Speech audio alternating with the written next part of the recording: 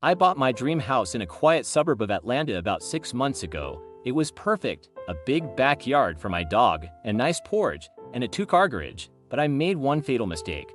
I didn't check who my neighbor was. Meet Bill. Bill is a retired accountant, 60 years old. And unfortunately for me, the president of the Homeowners Association. If you don't know what an HOA is, imagine a government that only cares about the color of your mailbox and how tall your grass is.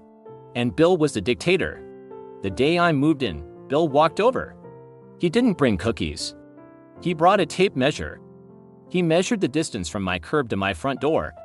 He checked the length of my grass. Then he handed me a book, The Rules and Regulations. He said, "Read it. We like to keep standards high here." I thought he was joking.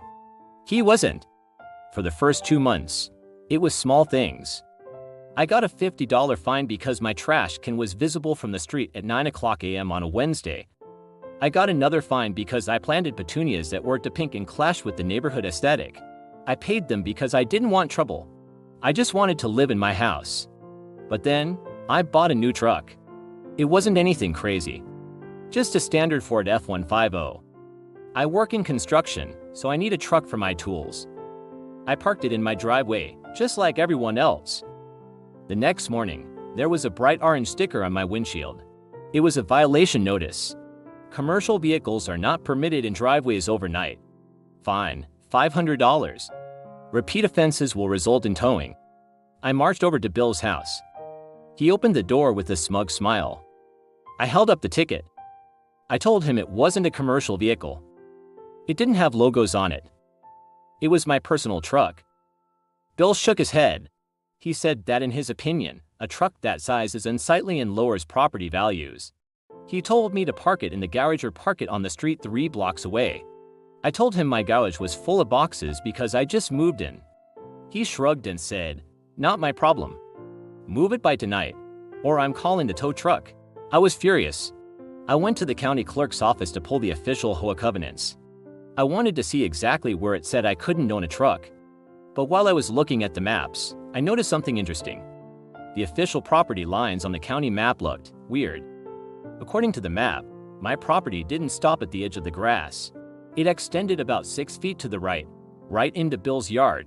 Now, Bill had a beautiful, wide, paved concrete driveway. It was his pride and joy.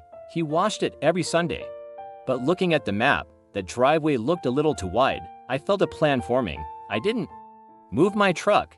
Instead, I called a professional surveyor. The surveyor came out the next day. He set up his tripod and his lasers. Bill came running out of his house, screaming. He asked what we were doing. I told him I was just checking the standards to make sure I was in compliance.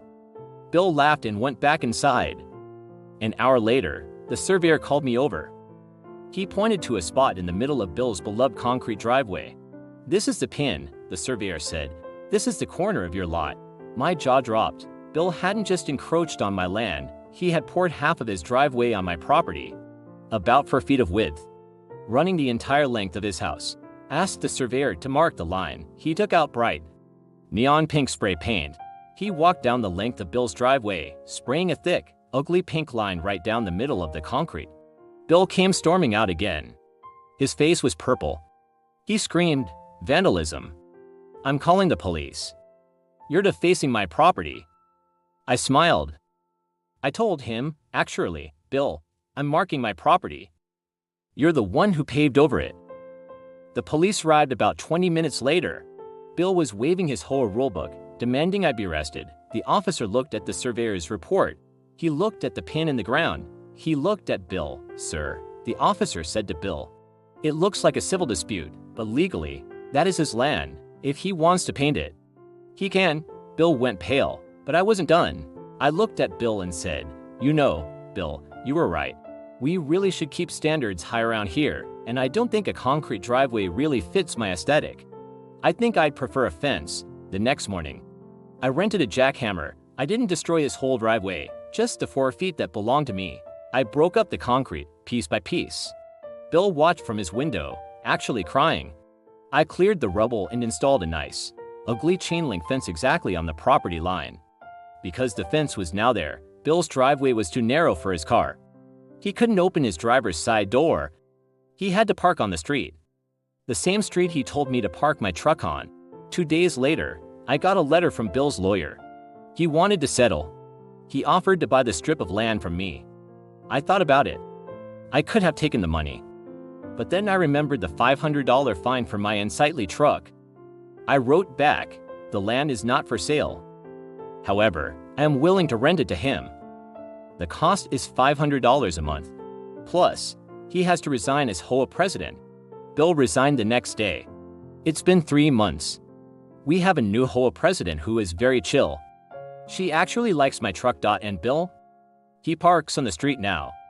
Every time he walks past my house, he looks at the fence and looks down at his feet. I think it really improves the property value.